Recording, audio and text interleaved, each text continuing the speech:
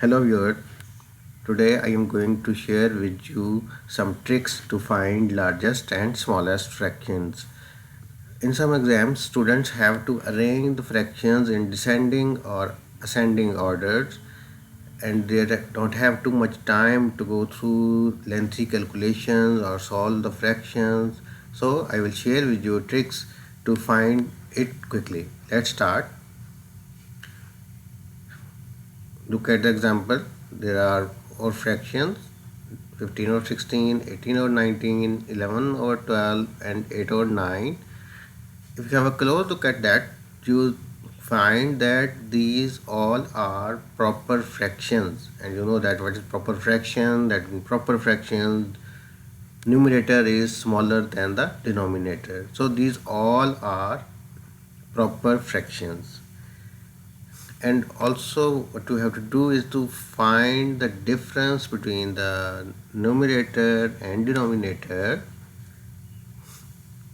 Let's have a look at that. You know that the difference between numerator and denominator of all these fractions is 1. It means that when fractions are proper fractions and difference between numerator and denominator are equal, then the largest fraction will be having the largest numerator and the smallest fraction will be fraction having smallest numerator.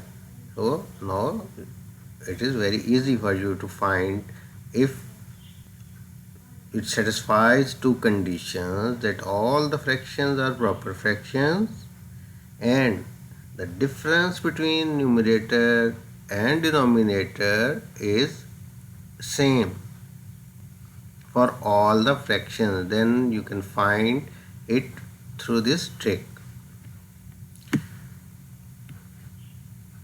And if the fractions are not proper fractions, fractions are improper fractions.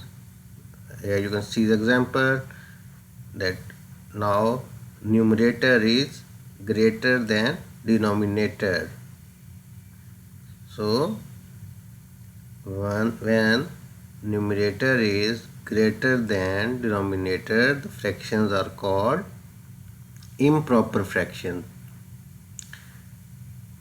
Initial method will remain the same, that find the difference between numerator and denominator, and we find that once again the difference is equal, same among all these fractions.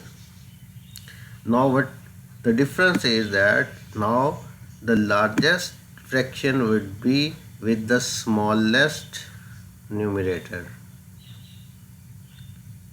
and the smallest fraction would be with largest numerator. So if the fractions are improper fractions, the difference between numerator and denominator is same, then the largest fraction will be one that has smallest numerator and the smallest fraction would be having the largest numerator. Okay, now consider another example, that there is a mixture of proper and improper fractions. If we have 15 by 16, it's a proper fraction. Then we have 8 by 3, that is improper fraction. Then 11 over 12, that's again proper fraction. And 8 over 9, that is also a proper fraction. So when there are such type of fractions where there is a mixture of proper and improper fractions, then what we have to do is that improper fraction is the largest fraction without any question. Okay, so now we will have to arrange the rest of the fractions. We know that 8 by 3, that is improper fraction, would be the largest fraction. and now we have to find the smallest fraction among rest of the three fractions. We will have then again the difference between numerator and denominator of these proper fractions. That would be same. That would now find it 16 minus 15 equal to 1, and difference between 11 and 12 is 1, and 8 or 9 is 12 is 1. So the difference is equal, and we know that largest fraction, we have already discussed that improper fraction would be the largest fraction. So 8 by 3 is the largest fraction, and when we have to calculate the smallest fraction, we know that when fractions are proper fractions and the difference between numerator and denominator is same, then the fraction with smallest numerator would be the smallest fraction, that is 8 by 9. Understand? Okay, let's look at another example, that when the difference between numerator and denominator is not the same, then what to do? Let's find a difference first and then we will try to solve it. The difference between 7 and 11 is 4. The next figure is 8 by 13, difference is 5. Next 9 over 14, difference again 5. 11 by 15, difference is 4. Find a difference, and now put the numerators above each of it, and it would be 7, the numerator, 7 by 4, and would be 8 by 5. Write the denominator of the third fraction 9. Write the numerator of fourth figure 11. Now what to do? There are two methods now to solve it further. We will discuss one by one. First method is simple division. If you look at the first fraction, that is 7 by 4, if we try to divide it, we know that 4 ones are 4 and remaining will be 3. So you can write 1. At least it should be 1. We can solve it further. And 1 again, when we divide 8 by 5, 1 is 5, 3 will be remaining.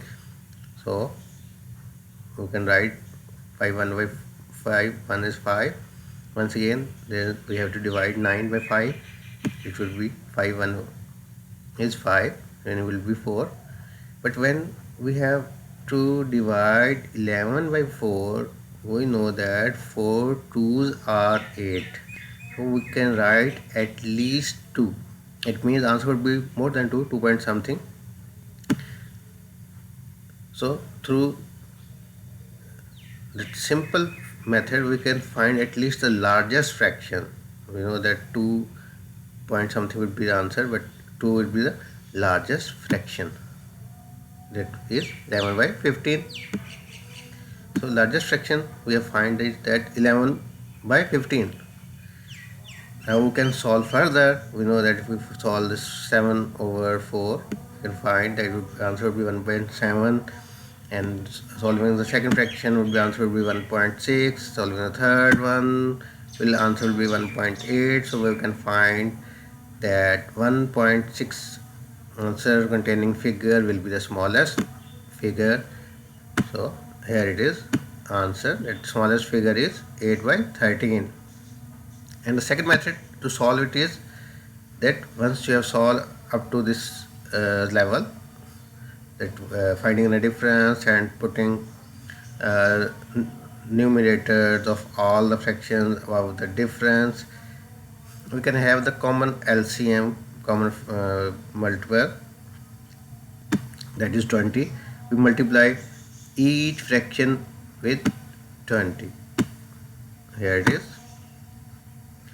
Now we can cross out 4 1 is 4, 4 5s are 4, 5s are 20, 5 1 is 5, 5 4s are 20, 5 1 is 5, 5 4 is 20, 4 1 is 4, 4 5s are 20. Now multiply, 7 5s are 35, 8 4s are 32, 9 4s are 36, and 11 5s are 55. Now you can find that last figure, that 55, is the largest one. So the largest figure is 11 by 15, and the smallest would be definitely having the smallest solution answer, that is 32, and its figure is 8 by 13. So the smallest figure is 8 over 13. So it is all about finding largest and smallest fractions. If you like this topic, like this lecture, please like my video and also subscribe my channel so that you may receive latest videos from my channel. Thank you very much for watching.